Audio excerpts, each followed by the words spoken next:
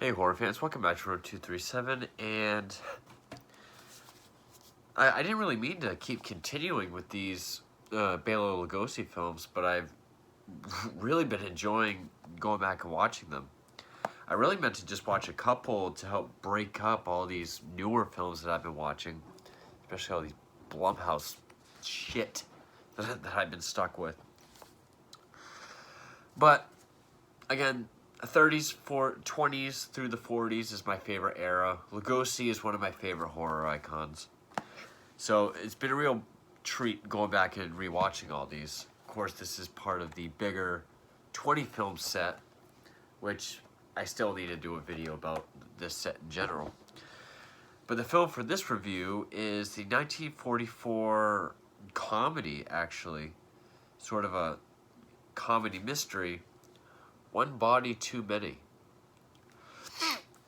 Which, of course, it was directed by Frank McDonald, and it was distributed through Paramount, but it was actually made through, I can't even remember the name of it now. It was Pine Thomas Productions. They specialize in action films, but they wanted to start getting into comedies a little bit. So they signed Jack Haley to star in a couple comedies, which this was the second one that he had done for them. Now, Jack Haley, where you may not know his name, you definitely know one of his biggest characters and his voice, and that is he played the Tin Man in The Wizard of Oz. You know, the Wizard of Oz. The main. While looking into it, I realized, wow, there's a lot of Wizard of Oz movies, but there's only one that matters. And he is the comedic actor in this. He's a comedic actor anyway, but he's definitely the comedic backbone through this whole movie. Of course, yes, it does have Lugosi in it, but Lugosi is barely in it. And I had the feeling this is another one of those movies, much like, maybe not as much as Body Snatcher, which would be the following year, but hey, let's get Lugosi, put him on the cover, slap his name on the poster, and we got asses in seats, we got tickets sold. But he's barely in it. He plays a butler, and of course he is sort of the redhead. Well, I'm not going to get into that yet. And what this is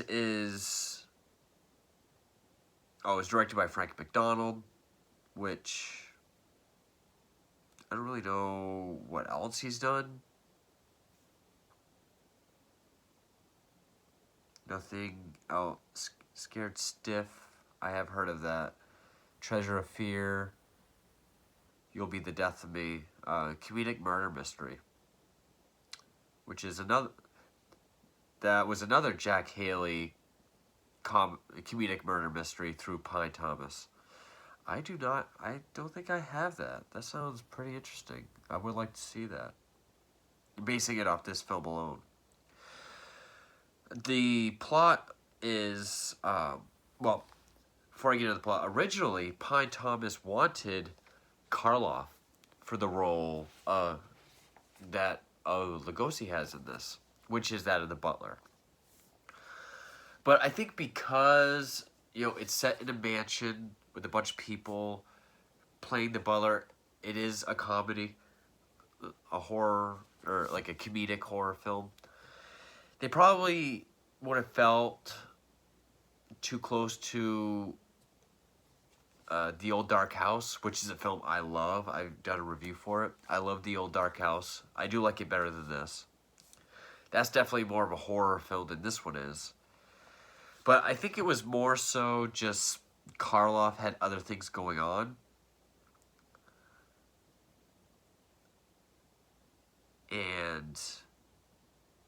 But when Frankie McDonald was signed in December of 43, it was originally called Too Many Bodies, and then he hired Lugosi. The plot is there is this very this eccentric millionaire. He dies, and he has everyone in his family come to his mansion, where his lawyer or some guy named Henry reads his will, and it kind of reminded me of the Twilight Zone episode The Masks, which is when this very rich guy, old rich guy, is dying. He's going to die at midnight. And just this greedy, hateful, blood-sucking family is there. He makes them all wear these hideous masks before they can get their inheritance. It doesn't go that route, but this scene kind of reminded me of it.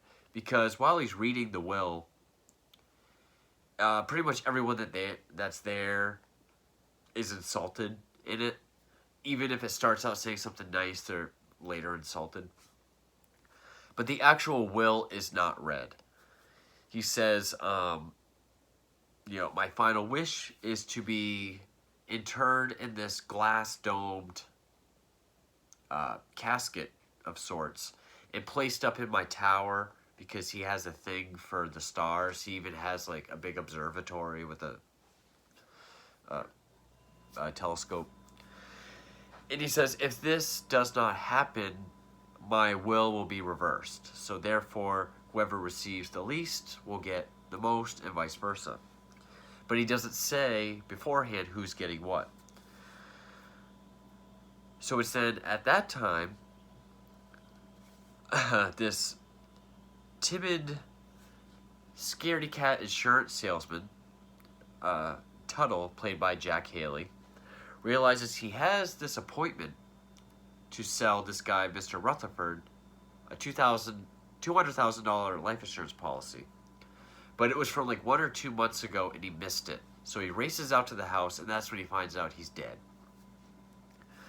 And of course, he starts talking to one of the nieces or granddaughters or whoever, one of the female characters. He likes her. She convinces him to stay, so he stays. And he gets entangled in this whole mess of just everything that happens. And we get the idea that someone within the family is trying to not only hide the body so that he can't be interred, but also kill whoever's getting in his way. And this guy Tuttle, Jack Haley, just keeps getting in the way of everything. And sometimes he notices it, sometimes he doesn't. And it does have its funny moments. I don't think too many people today would find it funny. Only because, it's not Adam Sandler. It's not, like I don't even know what people find. I don't know what comedies people watch anymore.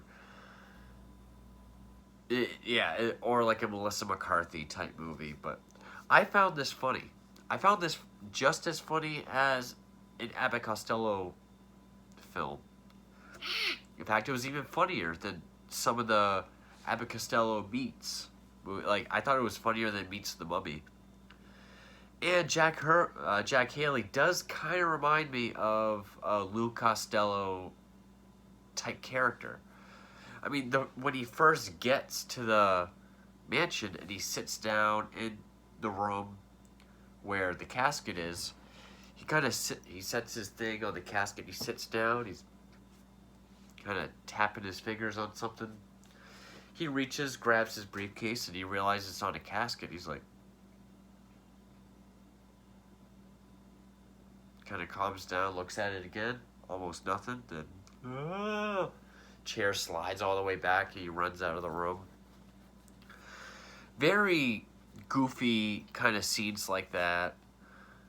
Or, because also what happens is one character calls this a detective to watch over the body to make sure it doesn't get buried. And Mr. Tuttle is believed to be this detective. That's why he's allowed in the house. He doesn't say he's an insurance salesman until later. So he's this very put upon type character. And everyone else is playing it very straight. So him being this goofy Costello type, and I haven't seen too many movies with Jack Haley, so I don't really know what kind of comedic actor he is. Maybe this is sort of his style, but it really reminded me of Lou Costello.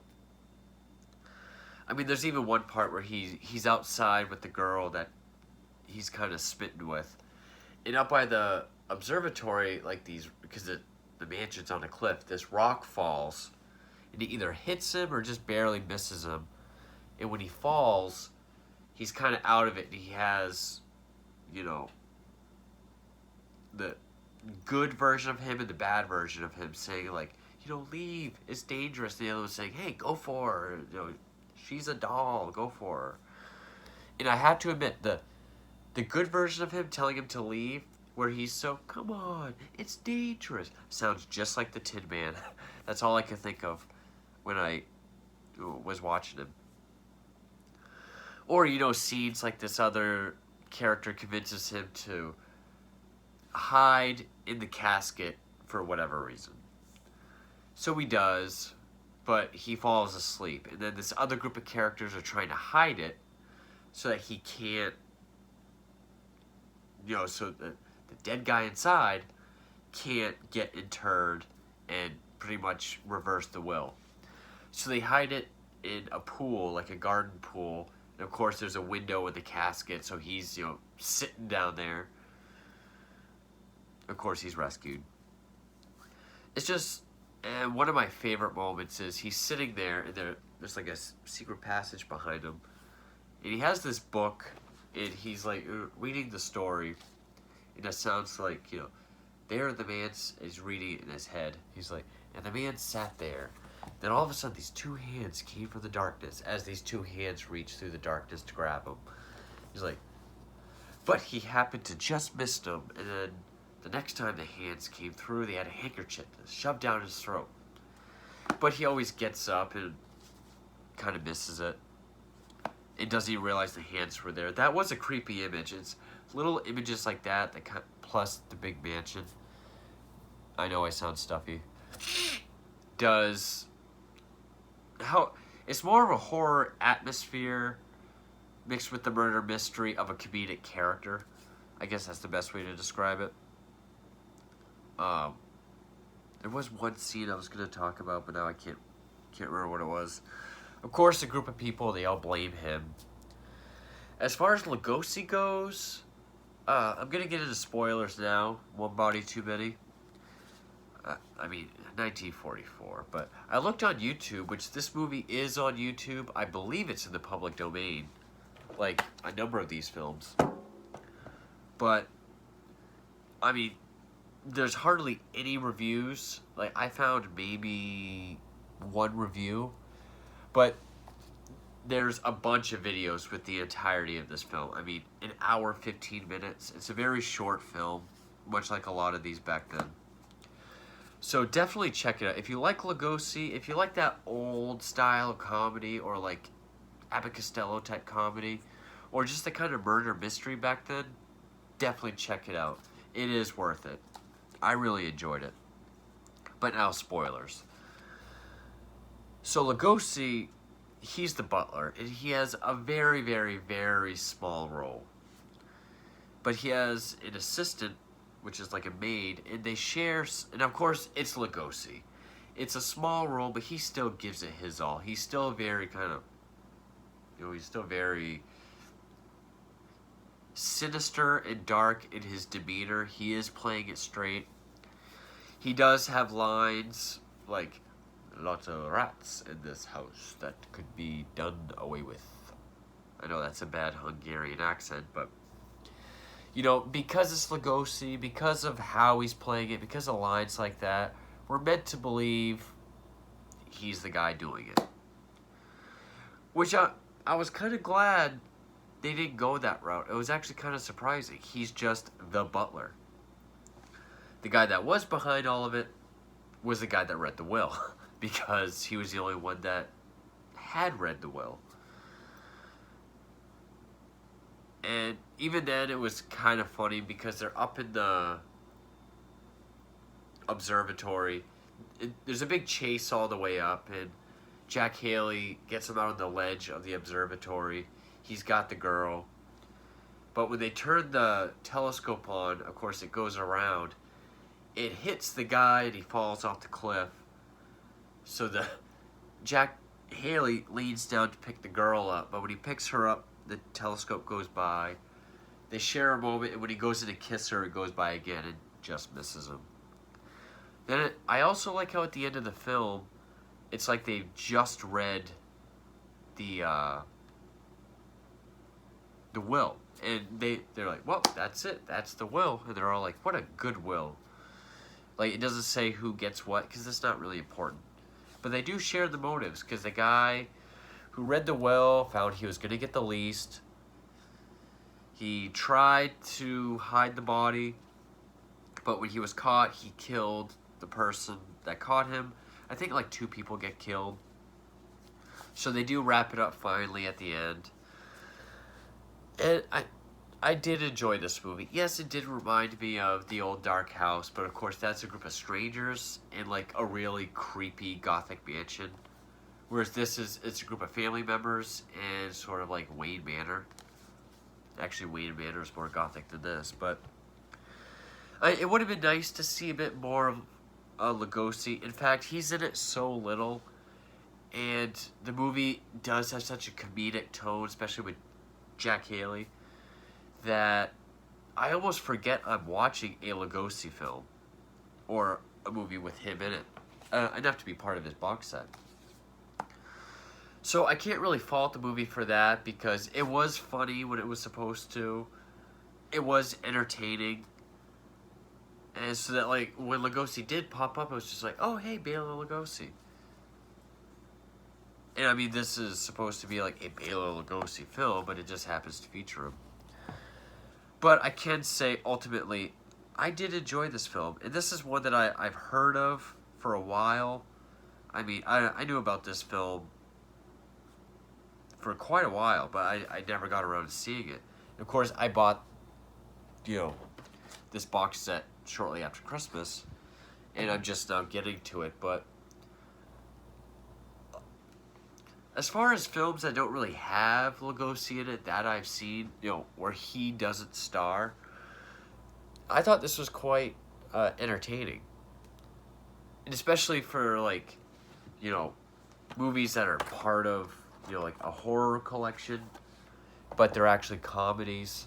Like, The Old Dark House essentially is a comedic horror film. I found this movie quite funny. It had, dialogue jokes, it had sight gags, it had a little bit of slapstick and, pratfalls. Very akin to like a Lou Costello style comedy. But ultimately, it did have the horror, creepy imagery when it needed to help not really keep it balanced, because it is more funny than creepy, even when the creepy images are there.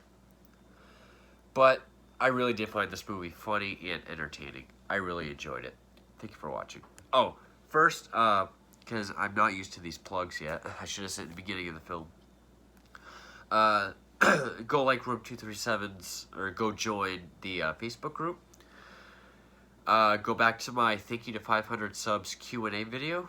Go ahead and leave your questions in the comments. And go check out the Room 237's Patreon that I just started recently. Look over the tiers, see if you'd like to be a patron. If you would like to be a patron, I greatly appreciate it. If not, thank you all the same. But yeah, definitely go check out and join the Facebook group and the latest Q&A video to drop off your questions. Thank you for all that, and thank you for watching.